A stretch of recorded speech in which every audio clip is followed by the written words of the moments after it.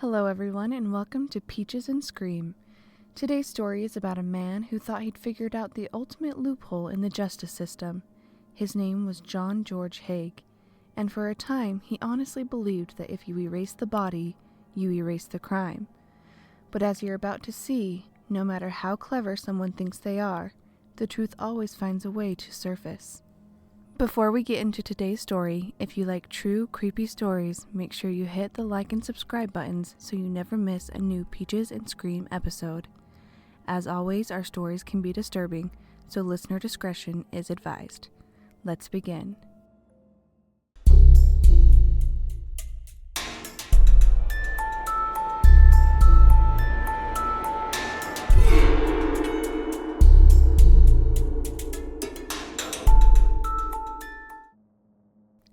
George Haigh was born in 1909 in the quiet town of Stamford, Lincolnshire, England. But John's childhood was anything but quiet. His parents belonged to the Plymouth Brethren, a strict religious group that believed the world outside their little circle was drenched in sin and wickedness. John's father ruled the household with a combination of fear and fire and brimstone sermons. His mother reinforced it with whispers of doom and damnation if you so much as stepped out of line. It was a home where birthdays were forbidden, laughter was discouraged, and even looking at your own reflection was considered vain. There's a story that his father had a large blue birthmark on his face, and he told young John that it was a mark of sin, something only the outside world carried. John didn't have the mark, which according to his father meant he was pure, chosen. But all that strictness didn't make John pure. It made him a liar. From a young age, John learned that if you told people what they wanted to hear, you could get away with just about anything. And he got good at it. Really good. Teachers loved him, neighbors trusted him, and he learned to smile while lying through his teeth. But deep down, he hated being controlled. John was smart, talented even. He was a gifted pianist, and won a scholarship to the prestigious Wakefield Cathedral Choir School. For the first time, he tasted the outside world, and he liked it. But he didn't like following the rules. He soon dropped out and never finished his education, and set off on his own. In his early 20s, John drifted through a string of jobs. Car salesman, insurance agent, whatever put him near people with money. But working an honest job wasn't enough for him. He wanted shortcuts. And that's when he started forging checks. At first just to test the waters, but when he realized how easy it was, the scams got bigger. He posed as a stockbroker, sold shares in fake companies, invented oil businesses, and people fell for it. Because John looked the part, he talked the part, he wore the right suit, he said the right things. He got caught, of course, more than once. But prison wasn't a punishment for John. It was a classroom.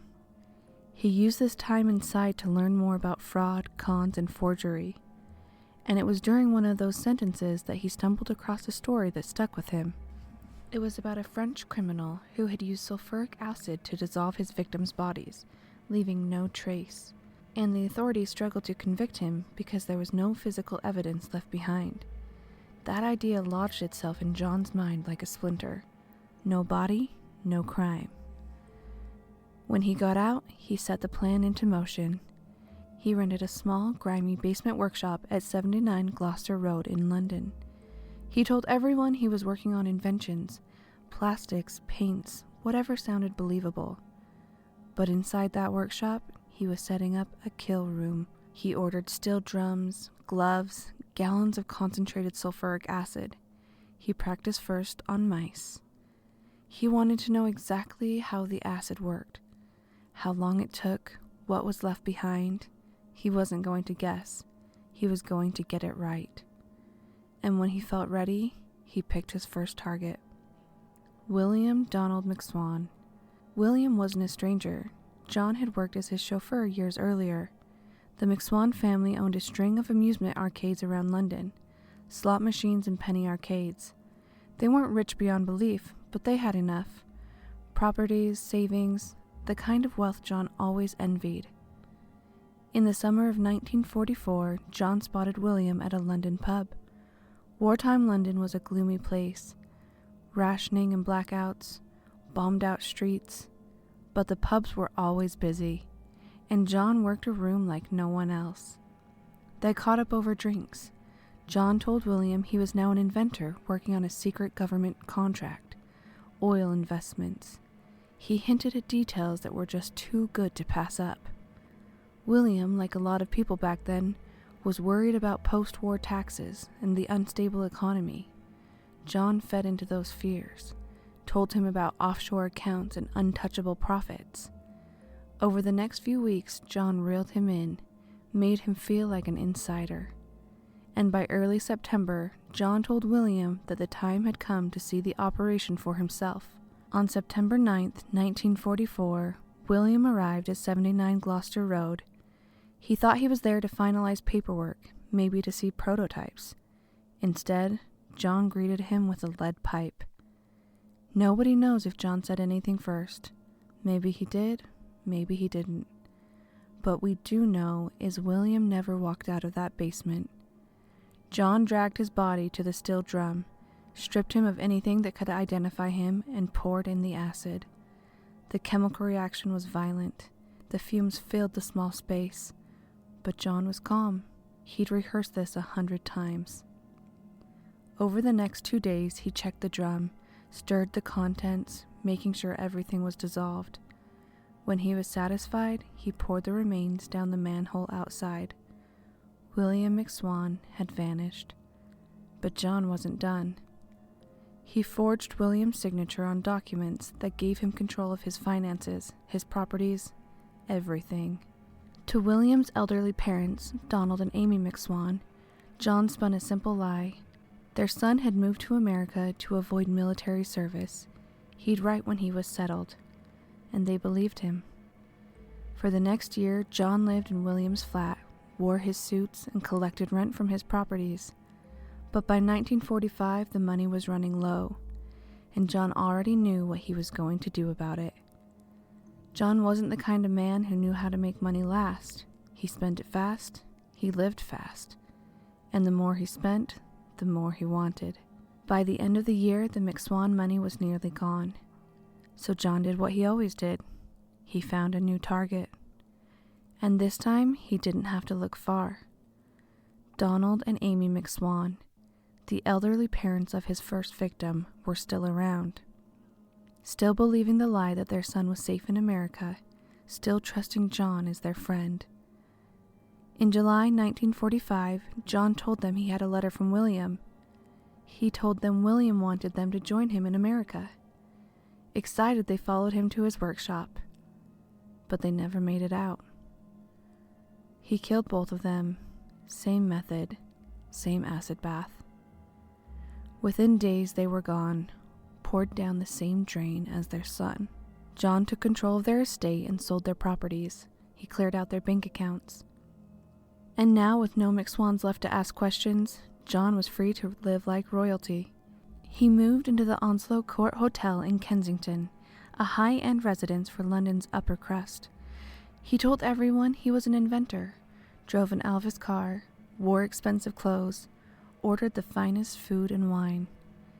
But the thing about living big is you need a steady income, and John had to keep the cash flowing. That's when he met Dr. Archibald Henderson and his wife Rosalie. They met at a party thrown by mutual friends. Archibald was a retired doctor in his early 50s. Rosalie was polite, kind, and trusting, and the Hendersons had money. Lots of it.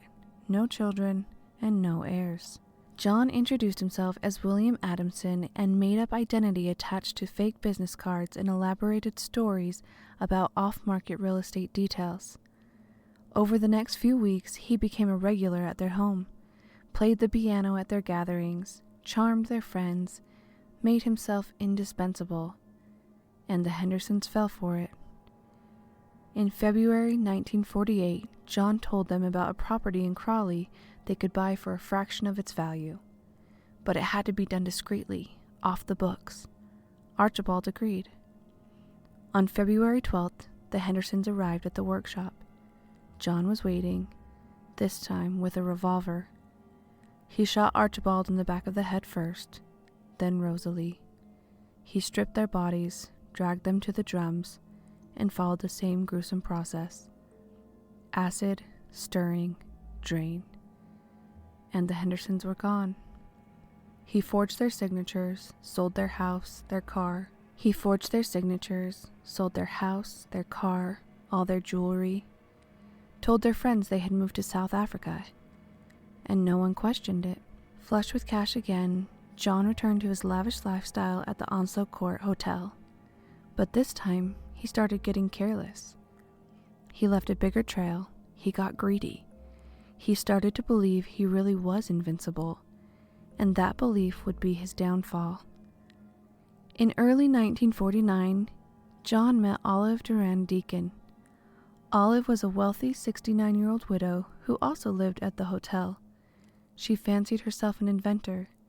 She had an idea for artificial fingernails that wouldn't chip, and she was looking for someone to help bring it to the market.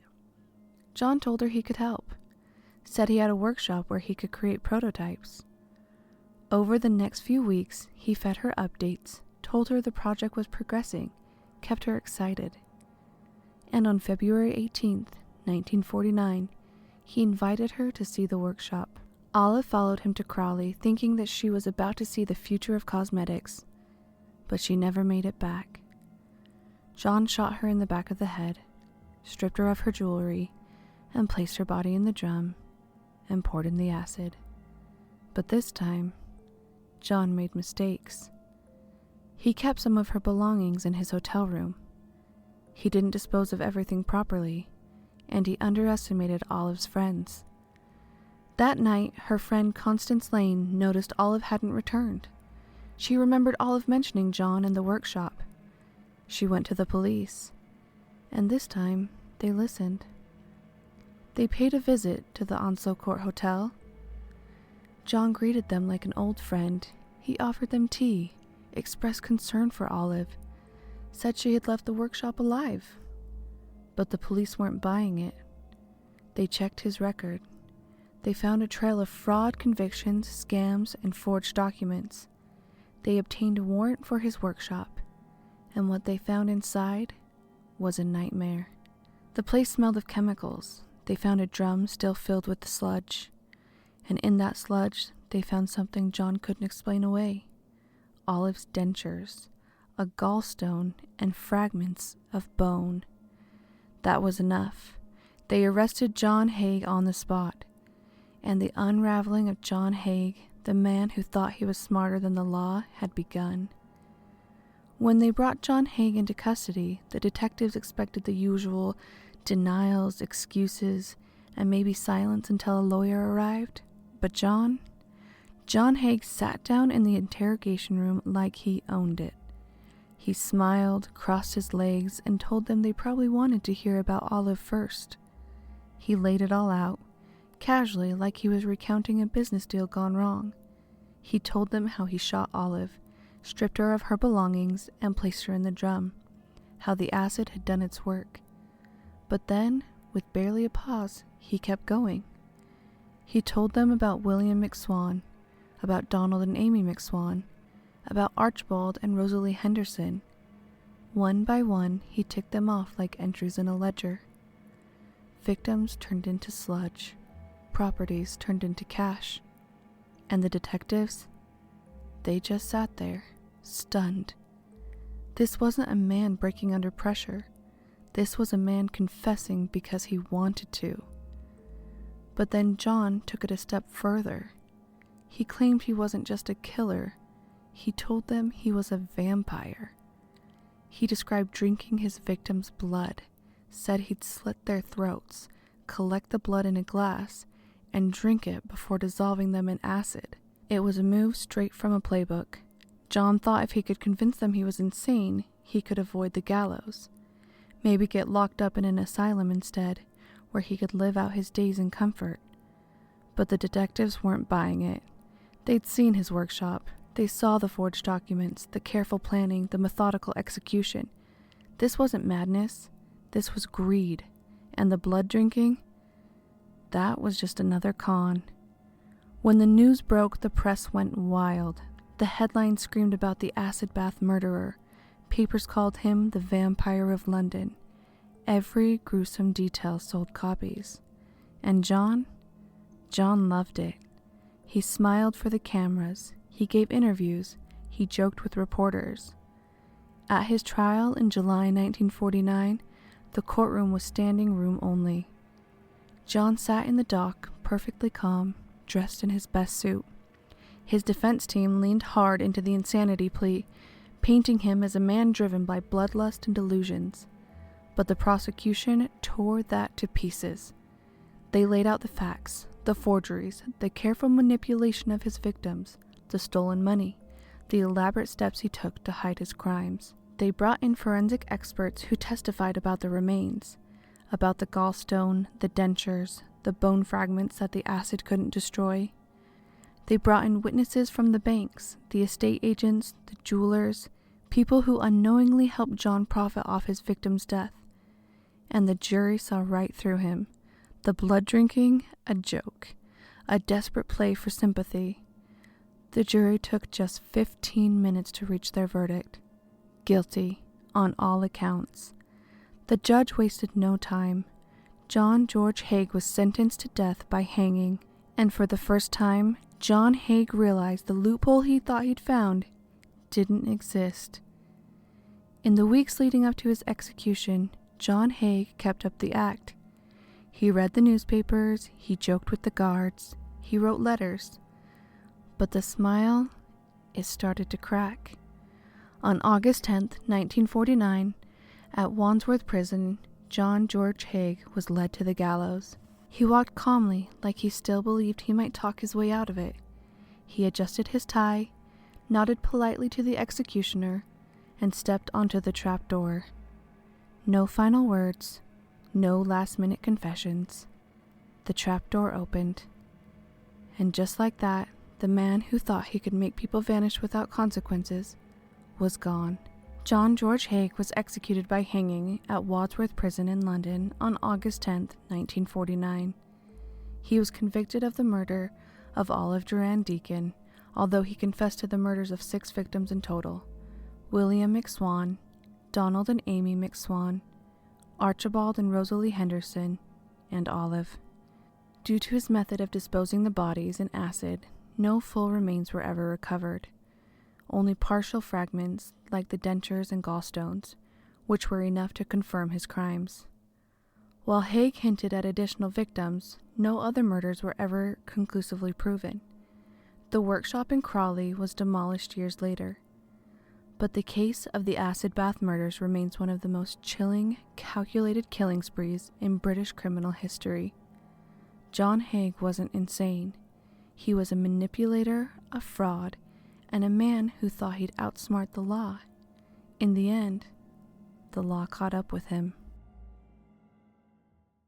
The acid bath murders remain one of the most disturbing and calculated killing sprees in British history. If you liked today's episode, please hit the like and subscribe buttons and tap the bell so you never miss a new Peaches and Scream story. We release weekly true stories based on reality, because as you know, reality is often far scarier than fiction. Thank you for your support, and until next time, stay safe out there.